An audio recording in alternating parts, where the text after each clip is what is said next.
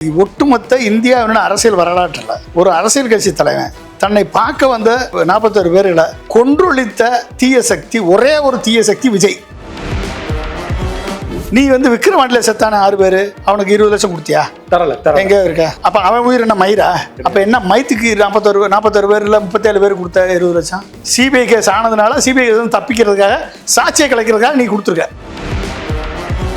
வயசான ஆம்பளையும் பொம்பளையும் செத்தது, பைத்தியக்காரங்க செத்துருக்காங்க. அந்த பைத்தியங்களை வீட்டில் வச்சு என்ன பிரயோஜனம்? உயிரை கொடுத்துட்டு மயிறு எனக்கு மயிரா போச்சுன்னு அவன் கூப்பிட்றான்னு வெக்கம் கட்டு போய் மாடு வரத்துக்கு போனேன்னா நீங்களாம் என்னடா மனிதனா வாழ்றதுக்கு தகுதியே கிடையாதுடா. ஒவ்வொரு வீட்லேயும் ஒரு போதை மருந்துக்கு அடிமையான ஒருத்தர் இருக்கான், வன்முறைக்கு அடிமையான ஒருத்தர் இருக்கான். அது இவன் தானா? அவன் தான் விஜய். அங்கே உள்ள ஒவ்வொரு வீட்டில் இருக்க விஜய் இருக்கானே அவன் தான். என்ன கட்ட கோவப்படுறாரு அது? ஆமா, உங்களுக்கு என்ன அது எங்க தப்பு செஞ்சவனுக்கு தானே கோவம் வரும். அவன் தானே A1 அக்யூஸ்ட் பைபாஸ் பண்ணி போனதை சொல்லுது அவன் தான். அடிச்சு தூக்கணும்னு சொன்னது அவன் தான். நம்ம மாட்டக்கூடாது, விஜய் மாட்டணும்னு சொல்லி சிபிஐ கொண்டு மாட்டி விட்டான். அப்ப எப்படிப்பட்ட அமாவாசை? 4-5 மடங்கு சம்பளம் வாங்கிட்டு 1 மடங்கு சம்பளத்துக்கு தான் நீ வரி கட்டியிருக்க. மறைச்சிருக்காரு. அப்புறம் 4 மடங்கு மறைச்சிருக்கான். உனக்கு பொய் கணக்கு எழுதி கருப்பு பணத்தை உருவாக்கி கொடுத்த பொருளாளர் தானடா, ஆடிட்டர் தானடா இன்னைக்கு உன் கட்சியினுடைய பொருளாளர். அப்ப நீ ஊழலாற்ற ஆட்சி கொடுத்துருவியா? நீ தான்டா ஊழல் சக்தி. விஜய் வேடத்துல செந்தில் பாலாஜி தான் வந்திருக்காரு. விஜய் வேடத்துல செந்தில் பாலாஜி தான் லைட்டை போட்டு ஆமத்தினாரு. விஜய் வேடத்துல செந்தில் பாலாஜி இருந்து 10 ரூபாய்க்கு பாட்டிலுக்கு 10 ரூபான்னு பாட்டு பாடினாரு. செந்தில் பாலாஜிக்காக ஓட்டு திரட்டுறதுக்காக ஆதவர்ஜனாவும் குஷி ஆனந்து போனாங்க. ஏத்துக்கலாமா?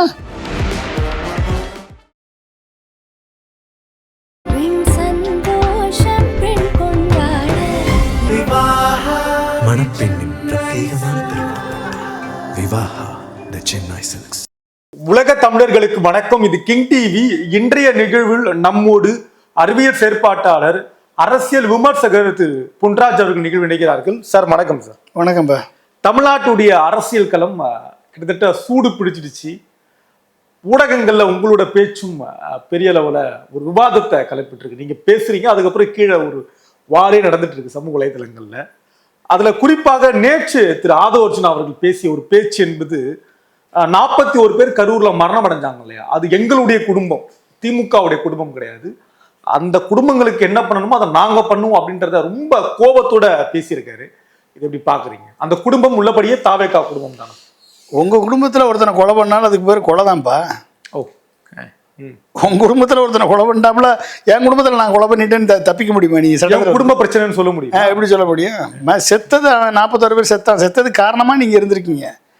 உங்களுடைய அர்ஜாக்கிரதை இருந்திருக்கு, உங்களுடைய திமிர் இருந்திருக்கு, உங்களுடைய ஆணவம் இருந்திருக்கு, உங்களுடைய அதிகாரம் இருந்திருக்கு, உங்களுடைய அரசியல் ஆதாயம் இருந்திருக்கு. எது அரசியல் ஆதாயம்? அதுதான் கேட்கிறேன். எது அரசியல் ஆதாயம்? 27,000 பேர் கரூர் மாவட்டத்தில் கூட்டிருந்தா 27,000 பேர் வந்திருப்பானா? 10,000 பேர் வந்திருப்பாங்க. நீ 4 மாவட்டத்திலிருந்து கூட்டேன்னா 27,000 பேர் வந்திருக்கான். இன்னும் 2 மாவட்டத்திலிருந்து 10,000 பேரை கூட்டு மோத விட்டுருக்க நீ. அப்போ என்ன அர்த்தம்? உன் அரசியல் ஆதாயம் என்னது? எனக்கு மட்டும்தான் இவ்வளோ கூட்டம் கூடுதுன்றத ஒரு பிம்பத்தை கிரியேட் பண்ணுறதுக்காக, அந்த அரசியல் ஆதாயத்தை ஊடகங்கள் மூலமாக நிறுவுவதற்காக நீ இந்த 41 பேர் மரணத்திற்கு காரணமாக அமைந்திருக்க. அதனால் அவர்கள் மரணம் அடைந்திருக்கிறார்கள். தண்ணி இல்லை அவங்களுக்கு, ஆர்கனைசேஷன் ஒழுங்காக பண்ணல, உன் பசங்கள்லாம் மேலே ஏறி போய் மிதித்து கொண்டிருக்கான், கூட்டத்தை நெரிச்சு விட்டுருக்கான். அந்த நெரிசல் காரணமாக டிஎஸ்பி சொல்லியும் 40 ஒரு 200 மீட்டருக்கு முன்னாலே நீங்கள் 2 கிலோமீட்டருக்கு முன்னாலே 200 மீட்டருக்கு முன்னாலே நின்று பேசிடுங்க அப்படின்னு சொல்லி நீ அங்கங்கே பேசிட்டு வந்திருந்தேன்னா மக்கள் இவ்வளோ கூட்டம் நெரிசல் உன்னை பார்க்கணும் வந்திருக்க மாட்டான். அது உண்மையாத்தோட ஒரு 200 மீட்டருக்கு தூரத்தில் நின்று பேசியிருந்தா இந்த 41 பேர் இறந்துருக்க மாட்டாங்களா? எப்படி இறந்துருக்க மாட்டாங்களா? கண்டிப்பாக மாட்டாங்க. நீங்கள் அங்கே இருக்கவங்களாம் அங்கே இருங்க, கூட்டம் அதிகமாக இருக்க வந்துடாதீங்க, இவங்ககிட்ட பேசிட்டு நான் அங்கே பேசுகிறேன் அப்படின்னு ஒரு வார்த்தை சொல்லியிருந்தா ஒரு ரெஸ்பான்சிபிள் பொலிட்டிக்கல் லீடர் திரு விஜய் அவர்கள். ஆமாம், நீ உன்னுடைய அரசியல் ஆதாயத்திற்காக, நீ ஜனநாயகன் படத்துக்கு ஷூட்டிங் எடுக்கிறதுக்காக நீ லைட் ஆஃப் பண்ணி போட்டு மக்கள் மத்தியில் விளையாண்டுட்டு இருந்திருக்க நீ. அப்போ என்ன அர்த்தம்? அப்போ நீ 27,000 பேர் அபாண்டமான படின்றாங்க. ஜனநாயகன் படம் ஷூட்டிங் அப்படின்னு சொல்றது அபாண்டமான படி, பண்பம்ன்றாங்க. அதான் உன்னுடைய ட்ரைலர்லேயே நீ ஜனநாயக படத்தை ஷூட்டிங்கில் எப்படி நீ கரூரில் போய் பேசுவேன்றத ட்ரைலர்லேயே கிராஃபிக்ஸில் போட்டு காமிச்சிடல நீ. அது எப்படி வன்மா? நினைச்சா தம்பி, ஒரு படப்பிடிப்பு அப்படி எடுக்க முடியாதா? ஏன் எடுக்கக்கூடாது? எடுக்கலாம்ல, ஒரு படப்பிடிப்பு அப்படி எடுத்துட்டு போலாம். எப்படி எடுப்ப? அதே அதுக்கு அரசியலை வந்து உன் படப்பிடிப்புக்கு யூஸ் பண்ணுவியா நீ? கூடாதான். அதனால தாங்க ஜனநாயகம் படம் தள்ளி போச்சு ரிலீஸ் பண்ணுறதுக்கு. அதனால தானே கரூர் விஷயத்தை ஃபோட்டோ எடுத்து வீடியோ எடுத்து படத்தில் சேர்க்கணும்னு சொன்னதுனால தான் ஜனநாயகம் படம் ரிலீஸ் தள்ளி போய் சென்சாரில் போய் மாட்டி இன்றைக்கி சிக்கலில் மாட்டிக்கிட்டு இருக்கு. புரிஞ்சுக்கிட்டீங்களா நீங்கள்? கோழி குஞ்சு வெளியே வந்தானப்பா ஆகணும்.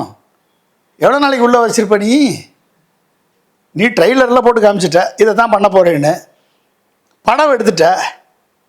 அப்போ ஆதாயத்துக்கே எடுத்த படத்தில் 41 பேர் செத்துருக்கேன்னா பழி யார் வேலை? இல்லை, மறுக்கிறாங்க, கோபப்படுறாரு. என்ன உச்சக்கட்ட கோவப்படுறாரு ராது அவருக்கு. ஆமாம், உங்களுக்கு என்ன அது எங்க தப்பு செஞ்சவனுக்கு தானே கோவம் வரும். அவன் தானே இப்போ A1 அக்யூஸ்டு. ஆதவ் தானே? ஆமாம், ஆதவ் தான் இப்போ A1 அக்யூஸ்டு. என்ன பண்ணார் அவரு? என்ன அவன் தானங்க எல்லாத்தையுமே பண்ணது.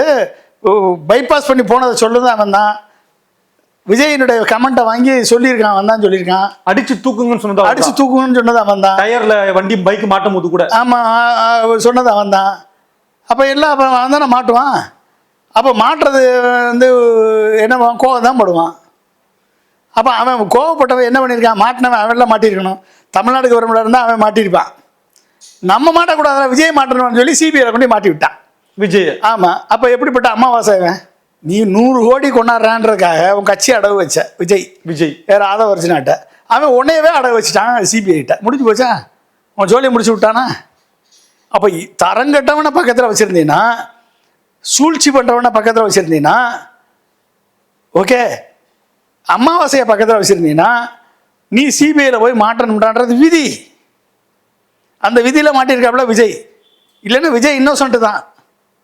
விஜய்க்கு ஒன்றும் தெரியாது, அரசியலும் தெரியாது, சினிமாவும் தெரியாது, ஒரு புண்ணாக்கும் தெரியாது. சினிமா நடிகன்ற தவிர வேறு எதுவும் தெரியாது. மேடையில் ரொம்ப தெளிவாக பேசுகிறாரு சார். மேடையில் ரொம்ப தெளிவாக. ஆமாம், உங்களுக்கு கூட தான் மனப்பாடம் சக்தி, உங்களுக்கு கூட தான் மனப்பாடம் பண்ணி ஒப்பிச்சா நீங்கள் நல்லா தான் ஒப்பிப்பீங்க. ஒரு 8ஆம் வகுப்பு பிள்ளைகிட்ட போய் கொடுங்க, எழுதி கொடுங்க, அந்த பிள்ளை தெளிவாக சூப்பராக பேசும். 8ஆம் வகுப்பு படிக்கிற பிள்ளை 6ஆம் வகுப்பு படிக்கிற பிள்ளைகிட்ட போய் கப்பு மிக்கம் பிகிலுன்னு சொல்லுன்னா அழகாக சொல்லும். ஒரு அரசியல் பேசுகிறாரு சார். என்ன அரசியல்? சக்தி தாவேகா, தீய சக்தி திமுக, ஊழல் சக்தியை நாங்கள் ஒழிப்போன்றாரு. ஊழல் பண்ண வேண்டிய அவசியம் எனக்கு கிடையாதுன்றாரு மேடையில் திரு விஜய் அவர். நான் ஏன் ஊழல் பண்ணணும்ன்றாரு. நீ ஊழலின் ஊற்றுக்கண், நீ கருப்பு பண கொள்ளைக்காரன், வரி ஏய்ப்பு குற்றவாளி என்று சென்னை உயர்நீதிமன்றம் போன வாரம் தான் அவதாரம் வச்சிருக்க 1.5 கோடி உனக்கு. ஓகே, நீ என்ன பண்ணியிருக்க? கேரியரின் உச்சத்தில் இருந்தேன்னு சொன்னது யாரு? நம்ம சொன்னோமா? விஜய் தான் சொல்கிறேன். விஜய் தான் சொன்னார். உச்சம்ன்றாரு. உச்சம் 200 கோடி சம்பளம் வாங்கினாரு. 200 கோடி. கேரியரின் உச்சம் எவ்வளோ தெரியுமா? 280 கோடி சம்பளம் வாங்குற ரஜினிகாந்த் தான் உச்சம் தமிழ்நாட்டில். அதுக்கு அடுத்து தான் நீ, செகண்ட் தான் நீ. 250 கோடி சம்பளம் வாங்குறவன். ஓகே, உங்கள் 2 பேருக்கு மேலே ஒருத்தன் இருக்கான், அல்லி அர்ஜுனன் 300 கோடி வாங்குறான் ஒரு படம் அளவில். அவர் 300 கோடி வாங்குறான் ஒரு படத்துக்கு. அப்போ கேரியரின் உச்சத்தில் இருக்குது யார்? சினிமா கேரியரின் உச்சத்தில் அல்லு அர்ஜுன் தான். நீ 3ஆவது இடத்துல இருக்க தம்பி. நீ எப்படா உச்சத்தில் இருக்கேன்னு சொன்ன? பொய். 2 கூட கிடையாது, நம்பர் 2 கூட கிடையாது. நம்பர் 2 ரஜினிகாந்த். இது அபாண்டமான பொய்யாச்சு. அபாண்டமா பொய் சொல்லியிருக்க, பொய் சொல்லி ஏமாத்திருக்க உன் ரசிகர்களை. சரி, அப்படி ஏமாத்தினீங்கள? 200 கோடி சம்பளம் வாங்குறீங்கள? இது எல்லாம் யார் யார் போட்டிருக்கான் தெரியுமா? நான் எடுத்து பார்த்தேன். ஃபோர்ப்ஸ் மேகசின் போட்டிருக்கான். ஓ, இது இந்தியன் எக்ஸ்பிரஸ். ஓ, அப்புறம் வந்து ஃபிலிம்ஃபேர் பத்திரிக்கை, அப்புறம் சினிமா பீட். ஓ, 4 பத்திரிக்கை. அதுக்கப்புறம் நேஷனல் ஃபிலிம்ஃபேர் அவார்ட்ஸ் அவன் ஒரு லிஸ்ட் போட்டிருக்கான். ஓ, அவனும் போட்டிருக்கான். என்னென்னு போட்டிருக்காங்க இவங்க எல்லாமே? ஒரு படத்துக்கு 200 கோடி 300 கோடி 250 கோடி வாங்குறாங்க. 175 கோடி 140 கோடி 200 கோடி 150 கோடி 190 கோடி 200 கோடி 250 கோடி 275 கோடி வாங்குறாங்கன்னு சொல்லி போட்டிருக்கான். அப்படின்னா ஆவரேஜா எவ்வளோடா வாங்கியிருக்கான் அப்படின்னு பார்த்தா, ஆவரேஜா குறைஞ்சது 140 கோடி, கூட்டினது 190 கோடி வாங்கியிருக்கான். ஆனால் ஆவரேஜ் 200 தொடரல. வருஷத்துக்கு ஒரு வருஷத்துல ஒரு படம் நடிச்சிருப்பாங்க, ஒரு வருஷத்துல 2 படம் நடிச்சிருப்பாங்க. அப்படிலாம் ஆனால் ஆவரேஜ் பார்த்தா 10 வருஷத்துல வருஷத்துக்கு 190 கோடி. 190 கோடினா எவ்வளோ ஆச்சு? 10 வருஷத்துல 1900 கோடி. உன் ஆதவர்ஜன் என்ன சொன்னா? வருஷத்துக்கு 1000 கோடி சம்பாதிக்கிறான்னு சொன்னானா இல்லையா? ஆமா. உன்னை மேடையில் வச்சுக்கிட்டே சொன்னானா இல்லையா? வீடியோ ஆதாரம் பார்க்கலாம் இருக்குல்ல. அப்போ நீ என்ன பண்ணியிருக்கணும்? மேடையிலேயே கூப்பிட்டு, இதே பொய் சொல்லாத, நான் அவ்வளோ வாங்கலப்பா, நான் வந்து 80 கோடி தான் வருமானம் வரி கட்டுறேன், நான் 1000 கோடி வாங்கினா 300 கோடி வரி கட்டி இருக்கணும், என்னையே மாட்டி விடுற, என்னையே மாட்டி விடுறேன்னு சொல்லி சொன்னாப்புல விஜய் கிடையவே கிடையாது. சொல்லலை. அப்போ ஏற்றுக்கிட்டேன்னு தானே அர்த்தம். 1000 கோடி சம்பாரிச்சிருக்க. அப்போ நீ என்ன பண்ணியிருக்க? நீ வேற ஒன்றும் இல்லை, வருஷத்துக்கு 1000 கோடி சம்பாரிச்சிருக்க. நீ எவ்வளோ கட்டியிருக்க கணக்கு? 90 கோடி வருமான வரி கட்டியிருக்க. ஓ ஓ 1000 கோடி சம்பாரிச்சிட்டு. ஆமாம், 90 கோடி. எவ்வளோ கட்டணும்? 90 கோடி கட்டியிருந்தா 30 கோடி வந்து 10%. அப்போ 300 கோடி சம்பாரிச்சிருக்கேன்னு அர்த்தம். ஓ ஓகே. 30% வரி கட்டணும். 30% 80 கோடி வருமானம், 80 90 கோடி கட்டியிருக்காப்புல. அப்போ எவ்வளோ ஆச்சு? 30% 10%. 90 கோடினா 30%னா 90 கோடி. அப்போ 10% 30 கோடி. சரியா? 30 கோடினா 90 கோடி வரி கட்டியிருந்தா நீ எவ்வளோ சம்பாரிச்சிக்கணும்? 300 கோடிக்கு வாங்கியிருக்கேன்னு அர்த்தம். அப்போ வருஷத்துக்கு 300 கோடி சம்பாரிச்சு நீ 90 கோடி கட்டியிருக்க. ஆனால் நீ என்ன சொன்ன? 1000 கோடி சம்பாரிச்சிருக்கேன்னு சொன்ன. சொன்னவன் ஆதவர்ஜுனா, சொன்னவன் புஷி ஆனந்த், சொன்னவன் ராஜ்மோகன், மௌனமாக கேட்டவர் இவர். மௌனமாக சொன்னவன் நிர்மல்குமார், சொன்னவன் IRS அதிகாரி அருண்குமார். மௌனமாக உட்கார வச்சு கேட்டவன் நீ. சந்தோஷமா. அப்போ ஃபிலிம் பேர் சொல்லும் போது நீ மறுக்கலை, இந்தியன் எக்ஸ்பிரஸ் சொல்லும் போது மறுக்கலை, சினிமா வீட்டோ சொல்லும் போது மறுக்கலை, நேஷனல் ஃபிலிம் அவார்டு சொல்லும் போது மறுக்கலை, ஆதவர்ஜுனா சொல்லும் போது மறுக்கலை, எல்லாரும் சொல்லும் போது மறுக்கலை நீ. அப்போ என்ன அர்த்தம்? நீ 1000 கோடி வாங்கிட்டு எவ்வளோ கட்டியிருக்க? 300 கோடி கட்டியிருக்கேன்னா எவ்வளோ % ஏமாத்திருக்க நீ? 70% ஏமாத்திருக்க. மக்கள் பணத்தை. சரியா? ஆனால் நான் வந்து இது வந்து அவங்க சொன்ன கணக்கில் இருந்து, நான் ஆக்சுவலாக கணக்கு சப்மிட் பண்ண கணக்கில் இருந்து நான் சொல்கிறேன். 2015-16 35 கோடிக்கு நீ வரி கட்டியிருக்க. 15 கோடியை ஏமாத்திருக்க. 42% ஏமாத்திருக்க நீ. சரியா? அப்போ 35 + 15 50 கோடி. 50 கோடியில் 45% ஏமாத்திருக்க. ஆனால் நீ வாங்கினது 200 கோடி, 190 கோடி 200 கோடி வாங்கியிருக்க. 5 மடங்கு 4 மடங்கு சம்பளம் வாங்கிட்டு 1 மடங்கு சம்பளத்தை 4-5 மடங்கு சம்பளம் வாங்கிட்டு 1 மடங்கு சம்பளத்துக்கு தான் நீ வரி கட்டியிருக்க. மறைச்சிருக்காரு. அப்போ 4 மடங்கு மறைச்சிருக்கான். அது ஏமாற்று வேலை தானே. திருட்டுத்தனம். அப்போ திருட்டுத்தனம் பண்ணவே நீ தூய சக்தி, நீ ஊழல் சக்தி தானே. அப்போ ஊழல்னா என்னது? மக்கள் பணத்தை ஏமாத்துறதுனா ஊழல் தானே. நீ மக்களுக்கு அரசுக்கு செல்ல வேண்டிய வரி பணத்தை ஏமாற்றி கருப்பு பணமாக மாற்றிருக்க. அப்போ நீ வந்து கருப்பு பணத்தை உருவாக்குறவன் யார்? அரசியல்வாதி ஊழல் பண்ணி சம்பாரித்து அதில் கருப்பு பணத்தை உருவாக்குறான். அவன் வந்து ஊழல் குற்றவாளி. அதிகாரிகள் ஊழல் பண்ணி சம்பாரித்து கருப்பு பணத்தை உருவாக்கி வெளிநாடு சொத்தை வாங்கினா அது ஊழல் குற்றவாளி. நீ சம்பாரித்த பணத்தை, சினிமாவில் பணத்தை உன்னுடைய ரசிகர்கள் ரத்தத்தை உறிஞ்சி, தயாரிப்பாளர் ரத்தத்தை உறிஞ்சி. அப்படியா? ரத்தத்தை உரியிறாரு? ஆமாம், ரத்தத்தை உறிஞ்ச தயாரிப்பாளரா வந்து வீட்டு வாசல்ல நிற்கிறாங்க, சம்பளம் கொடுக்கணும். அதான் தயாரிப்பாளர் ரத்தத்தை உறிஞ்சி. அதான் இன்னைக்கு தயாரிப்பாளர் தெருவில் நிற்கிறான். ஜனநாயகன் பட தயாரிப்பாளர் தெருவில் நிற்கிறான். டிக்கெட் 1000 ரூபாய் 2000 வாசல்ல கூட்டம் தயார். அதான் சொல்றேன். அதுதான் ரசிகருடைய ரத்தத்தை உரியிற. 100 ரூபா 2000 ரூபாய் டிக்கெட் விற்கிறீல, நீ 5000 ரூபாய்க்கு விற்கிறீல, 1000 ரூபாய்க்கு விற்கிறீல, அவங்க என்ன 100 ரூபாய் டிக்கெட் விற்கிறீல, அவங்களே விருப்பப்பட்டு வந்து வாங்குறாங்க. எப்படி செலிப்ரேஷன் மூடுன்றாங்க? எப்படி? செலிப்ரேஷன் மூடு. சரி, செலிப்ரேஷன் மூட்ல எதுக்கு 5 கோடி கொடுத்த நீ? சுறால வந்து அருண்ராஜ் IRS ஏன் அபிடவிட் தாக்கல் பண்ணியிருக்க? சுறால உடனே அரெஸ்ட் பண்ணும் போதும் உன்னை பிடிச்சி தூக்கி உட்கார வச்சு காரில் அருண்ராஜ் IRS கொண்டு போகிறப்ப, அருண்ராஜ் IRS அவன் ஆளுகளாக கொண்டு போகிறப்ப 5 கோடி கொடுத்தேன்னு ஏன் எஃபிடவிட்டில் எழுதி கொடுத்த? 5 கோடி கொடுத்து கட் அவுட் வைக்க சொன்னேன், பாலாபிஷேகம் பண்ண சொன்னேன், மாலை போட சொன்னேன், வேட்டு போட சொன்னேன், டான்ஸ் ஆட சொன்னேன். இந்த 5 கோடி எது கொடுத்த தம்பி? எதுக்குடா கொடுத்த நீ? எது கொடுத்த? அந்த ரசிகர்களை தூண்டி விட்டு, அந்த ரசிகர்களை டிக்கெட் விற்க வச்சு, அந்த ரசிகர்களை ஊழல் பண்ண வச்சு. ஆமாம். அப்புறம் நான் 100 ரூபா டிக்கெட் 1000 ரூபாய்க்கு விற்றோன்னா வந்து 1000 ரூபாயில் வரக்கூடிய வருமானம் யாருக்கெல்லாம் பிரித்து கொடுத்தாங்க? ரசிகர் மன்ற தலைவனுக்கு கொடுத்துருப்பான், ரசிகர் மன்ற கோஆர்டினேட்டர் கொடுத்துருப்பான், இவன் அடிச்சிருப்பான். இன்னைக்கு இருக்க மாவட்ட செயலாளர் கொடுத்துருப்பான், இத்தனை வேலை கொடுத்துருப்பான். புஷி ஆனதுக்கு மிச்ச பணம் புஷி ஆனதுக்கு போயிருக்கோம். புஷி ஆனது உனக்கு கொடுத்தானா இல்லையான்னு நம்மளுக்கு தெரியாது. அது உனக்கு புஷி ஆனதுக்கு உள்ள டீலு. அப்போ இத்தனை ஊழல் பண்ணி நீ வந்து ரசிகர்களையும் ஊழல் மன்னனை ஆக்கியிருக்கிய. அந்த ஊழல் மன்னனை வச்சு தானடா நீ வந்து எலெக்ஷனில் MLA MP ஆக்க போகிற. உனக்கு பொய் கணக்கு எழுதி கருப்பு பணத்தை உருவாக்கி கொடுத்த பொருளாளர் தானடா, ஆடிட்டர் தானடா இன்னைக்கு உன் கட்சியினுடைய பொருளாளர். ஓ. உனக்கு கருப்பு பணத்தை உருவாக்கி கொடுத்த ஆடிட்டர் தானே உன் கட்சியினுடைய பொருளாளர். அப்போ அந்த பொருளாளர் கட்சி வந்து கருப்பு பணத்தை உருவாக்குறதுக்கு உனக்கு வழி சொல்ல மாட்டானா? அப்போ நீ வந்து ஊழலற்ற ஆட்சி கொடுத்துருவியா நீ? ஆனால் இன்னைக்கு நீ தான்டா ஊழல் சக்தி. நீ வந்து கட்சிக்கு வராமே ஆட்சிக்கு வராமே ஊழல் சக்தி. நீ எப்படி ஒரு தூய ஆட்சியை கொடுப்ப? தூய சக்தியா மாறுவ? அவங்க தொண்டர்கள் ஒத்துக்க மாட்டாங்க. என்ன எங்க அண்ணன் கஷ்டப்பட்டு சம்பாரிச்ச பணம், அங்கே நொண்ணன் கஷ்டப்பட்டு எப்படி சம்பாரிச்சான்றதான் தெரியுது, நல்லா தெரியுது. உங்க நொண்ணன் எப்படி கஷ்டப்பட்டு சம்பாரிச்சாரு நடிக்கவே தெரியாது. ஓகே, உங்க அப்பா வந்து வாரிசு நடிகரை உருவாக்குனாரு. அது வாரிசு. ஆமா, அது வாரிசு நடிகர். நீ என்ன ஏதாவது ஒரு ஸ்டாண்டிங்கில் இருக்கியா தம்பி? நீ ஒரு ஸ்டாண்டிங்கில் இருக்கியா? ஏதாவது வாரிசு நடிகர் ஒரு வாரிசு மூலமாக வந்த நீ என்ன அஜித் மாதிரி சுயம்பு வந்தியா? நீ வந்து சிம்பு மாதிரி, சிம்பு கூட வாரிசு நடிகர் தான். ஆனால் சின்ன வயதுலேயே நடிப்பு திறமையை என்ன நடிப்பு திறமையை காமிச்சு விட்ட நீ? என்ன நீ அந்த மாதிரி நடிகர் சிவாஜி கணேசன் மாதிரி, ரஜினிகாந்த் மாதிரி நடிச்சு விட்ட? ஏதாவது ஒரு படத்தில் சொல்லு. எக்ஸப்ட் தண்ணியை போட்டு ஆடினது, போதை பணத்து குடித்தது, துப்பாக்கியை தூக்கி சுட்டது, இஸ்லாமியர்களை வந்து தீவிரவாதியாக காமிச்சது, இளைஞர்களை குஷிப்படுத்துகிற மாதிரி குத்தாட்டம்லாம் போடுறது. ஆமாம், குத்தாட்டம் போட்டது, பொம்பளையில் ஸ்டேக் பண்ணது, ஆபாச நடந்தது, போதை மருந்து அடித்தது, வன்முறை கலாச்சாரத்தை வித்துட்டது, இதானே நீ பண்ண? அதை நீங்கள் ஒரு கலையில தானே சார் பார்க்கணும். என்ன கலை? அதாவது அவருடைய ரசிகர்கள் விரும்புகிறாங்க. அதுதான் விரும்பினவன் தான் இன்னைக்கு ஒவ்வொரு வீட்லேயும் ஒரு போதை மருந்துக்கு அடிமையான ஒருத்தர் இருக்கான், வன்முறைக்கு அடிமையான ஒருத்தர் இருக்கான். அது இவன் தானே?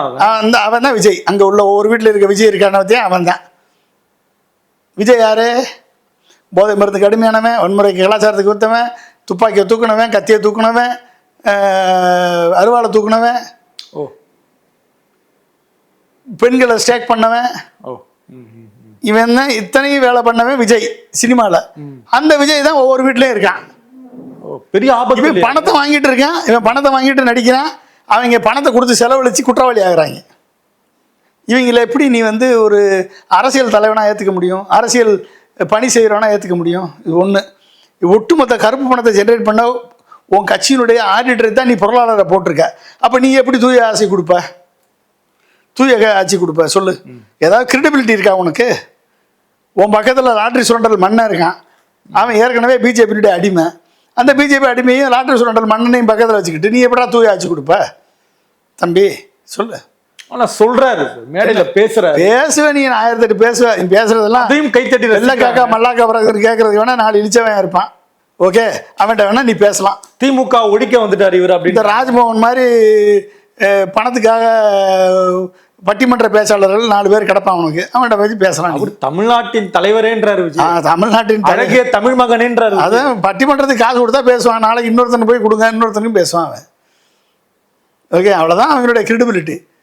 ஒரு 41 பேர், அதாவது ஒட்டுமொத்த இந்தியாவினுடைய அரசியல் வரலாற்றில் ஒரு அரசியல் கட்சி தலைவன் தன்னை பார்க்க வந்த 41 பேர்களை கொன்றொழித்த தீய சக்தி, ஒரே ஒரு தீய சக்தி விஜய். கொல்லவே இல்லைன்ற கொன்ற ஒழித்து செத்தவன் யாரு? அப்புறம் பேசிட்டு இருக்க இந்த நாள் வரைக்கும் எனக்கு அங்க அண்ணனுக்கும் அதுக்கு சம்பந்தமே இல்லைன்றாங்க. அது சம்பந்தமே இல்லை. அதை இப்போ செந்தில் பாலாஜி வந்துட்டாரோ? விஜய் வேடத்தில் செந்தில் பாலாஜி தான் வந்திருக்காரு. விஜய் வேடத்தில் செந்தில் பாலாஜி தான் லைட்டை போட்டு ஆமத்தினாரு. விஜய் வேடத்தில் செந்தில் பாலாஜி இருந்து 10 ரூபாய்க்கு பாட்டிலுக்கு 10 ரூபான்னு பாட்டு பாடினாரு. விஜய் பாடலை. விஜய்க்காக ஒருத்தனும் இல்லை, செந்தில் பாலாஜிக்காக ஓட்டு திரட்டுறதுக்காக ஆதவர்ஜனாவும் புஷி ஆனந்து போனாங்க. ஏற்றுக்கலாமா? செந்தில் பாலாஜி ரோலே இல்லையா சார்? அது என்ன, அதான் ரோல் இல்லை. என்ன ரோல் இருக்கு? செந்தில் பாலாஜி எல்லாத்துக்குமே காரணம் சொல்லிட்டாங்களே. ஆமாம், செந்தில் பாலாஜி எல்லாத்துக்கும் காரணம். ஆதவர்ஜனாவுக்கு எந்த ரோலும் கிடையாது, புஷி ஆனந்துக்கு எந்த ரோலும் கிடையாது. செந்தில் பாலாஜியும் போலீஸுக்கு தான் ரோல் இருக்குது. கூட்டு வந்தது இவங்க, கூட்டத்தை கூட்டினது இவங்க, லைட் ஆஃப் பண்ணது இவங்க. ஏற்கனவே 27,000 பேர் இருந்ததில் 10,000 பேரை கூட்டு வந்து மோதினது இவங்க. பெரிய படகு மாதிரி பஸ்ஸை கொண்டாந்து மோதி அலையிலையாக மக்களை வெள்ளத்தில் கீழே சாய்ச்சது இவங்க. ஆனால் ஒட்டுமொத்த பழியை இங்கே போடுறான்னா இவன் எப்படிப்பட்ட அரசியல் அயோக்கியங்களாக இருப்பாங்கன்னு பார்த்து விஜய் சொல்கிறீங்க. ஆமாம், அரசியல் அயோக்கியத்தனம். விஜய் செய்கிறது அரசியல் அயோக்கியத்தனம். இந்த அயோக்கியத்தனத்தை இது வந்து வீர வேஷம், ஹீரோயிசம்னு எவனாவது சொன்னான்னா அவனை மாதிரி ஒரு பைத்தியக்காரன் எவனும் கிடையாது. ரசிகர்கள் சொல்கிறாங்களே, அவன் பைத்தியக்காரன். அப்புறம் என்ன சொல்லுவான்? நீ வந்து விக்கிரவாண்டியில் செத்தானே 6 பேர், அவனுக்கு 20 லட்சம் கொடுத்தியா? தரல எங்கே இருக்கா? தரல. அப்போ அவன் உயிர் என்ன மயிரா?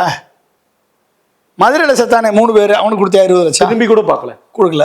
ஸ்ரீவில்லிபுத்தூர்ல ஒருத்தன் பேனர் கட்டி செத்தானே, அவனுக்கு கொடுத்தியா 20 லட்சம்? கிடையாது கிடையாது. அப்போ என்ன மைத்துக்கு 41 பேர் இல்லை 37 பேர் கொடுத்தா 20 லட்சம்? எது கொடுத்த? சிபிஐ கேஸ் ஆனதுனால சிபிஐ கேஸ் தப்பிக்கிறதுக்காக, சாட்சியை கலைக்கிறதுக்காக நீ கொடுத்துருக்க. அதுதானே சார் உண்மை. அப்புறம் அதான் உண்மை. பணம் வாங்கிட்டு மக்கள் சாட்சி சொல்ல மாட்டாங்க. ஆமா, எப்படி சொல்லுவாங்க? எப்படி சொல்லுவாங்க? செத்தவன் செத்து போயிட்டான், அவன் ஏற்கனவே ஒரு பைத்தியக்காரன், வீட்டில் இருந்தால் அவனால லாபம் இல்லை, அவள் பொம்பளையாக இருந்தாலும் சரி ஆம்பளை இருந்தாலும் சரி, பாவம் அந்த பிஞ்சுகள், அது ஒன்றும் தெரியாது பாவம். பிஞ்சுகள் செத்ததான் வருத்தம். வயசான ஆம்பளையும் பொம்பளையும் செத்தது, பைத்தியக்காரங்க செத்துருக்காங்க. அந்த பைத்தியங்களை வீட்டில் வச்சு என்ன பிரயோஜனம்? அட்லீஸ்ட் ஒரு 20 லட்சம் தமிழ்நாடு கவர்மெண்ட் கொடுத்த 10 லட்சம் 30 லட்சம் வந்துச்சுன்னா வருமானம் தானே. அப்புறம் எப்படி இவங்க போய் சாட்சி சொல்லுவாங்க? 30 லட்சம்ன்றது ஒரு ஏழை குடும்பத்துக்கு பெரிய விஷயமா இல்லையா?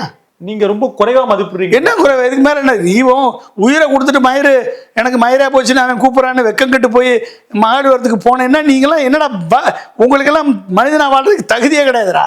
வெக்கமா இல்லை? பணம் வாங்க வருத்தப்பட மாட்டாங்களா சார்? வருத்தப்பட்டா பார்த்துட்டு போகிறாங்க. எனக்கு என்ன வருத்தப்பட்டா பார்த்துட்டு போகிறாங்க. செத்தவனுக்கு என்ன மதிப்பு கொடுத்துக்கிறீங்க? உன் வீட்டில் வந்து ஒருத்தனை கொண்டுட்டாங்க, விஷம் வச்சு கொண்டுட்டாங்க, கொன்னவன் கூட்டு போய் உனக்கு பணம் கொடுக்குறேன், வாங்கிட்டு வந்துடுவியா? வெக்கம் இல்லை உனக்கு? மானம் இல்லை, தன்மானம் இல்லை, ரோசம் இல்லை, வாங்குவியா? வேணாவது சொல்லுங்க.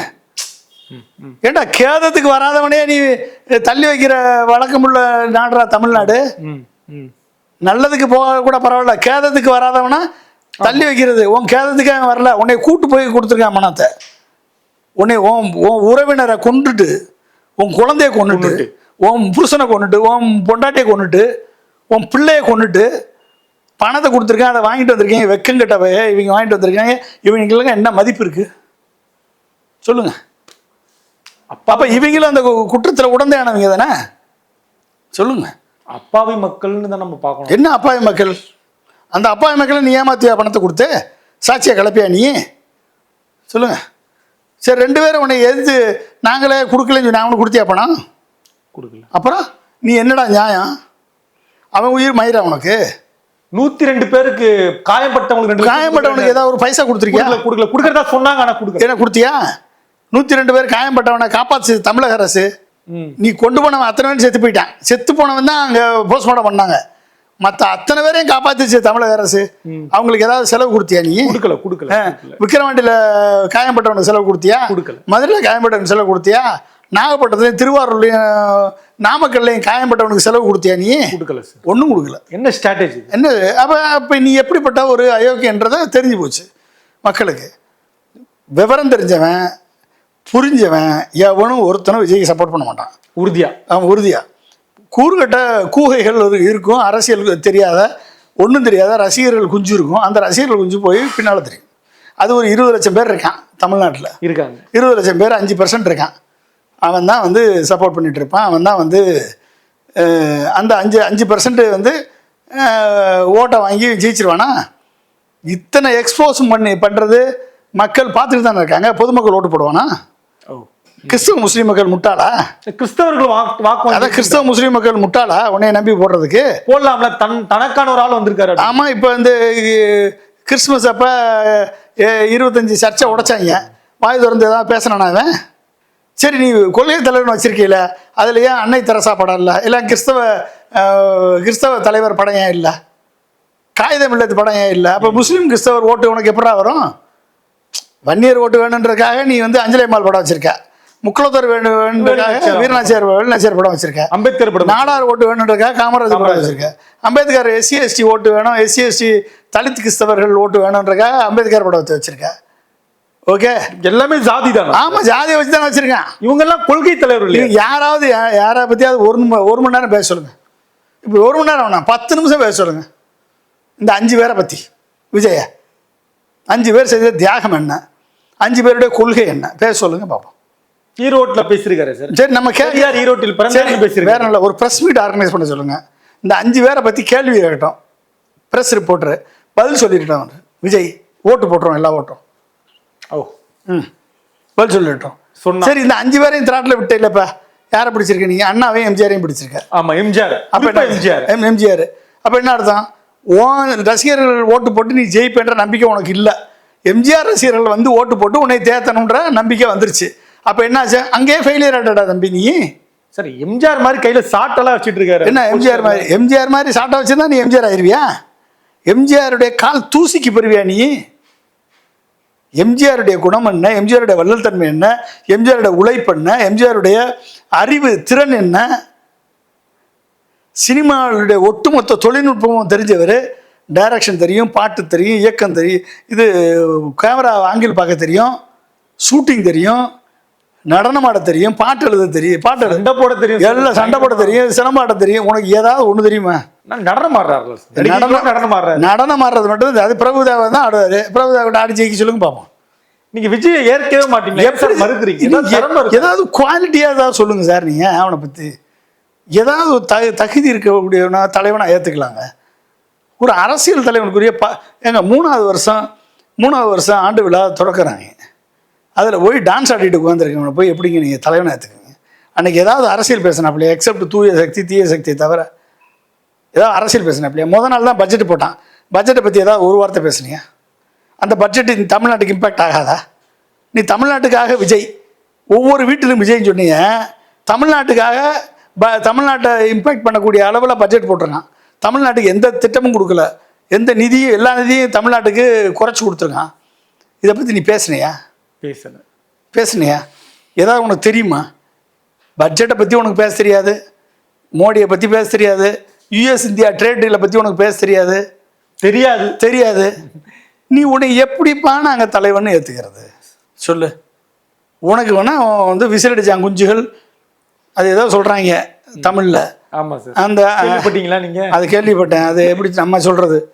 அந்த விசிலை வச்சுக்கிட்டு அப்போ அப்படிப்பட்டவனை வச்சுக்கிட்டு நம்ம என்ன பண்ண முடியும்? நன்றி சார். நன்றி.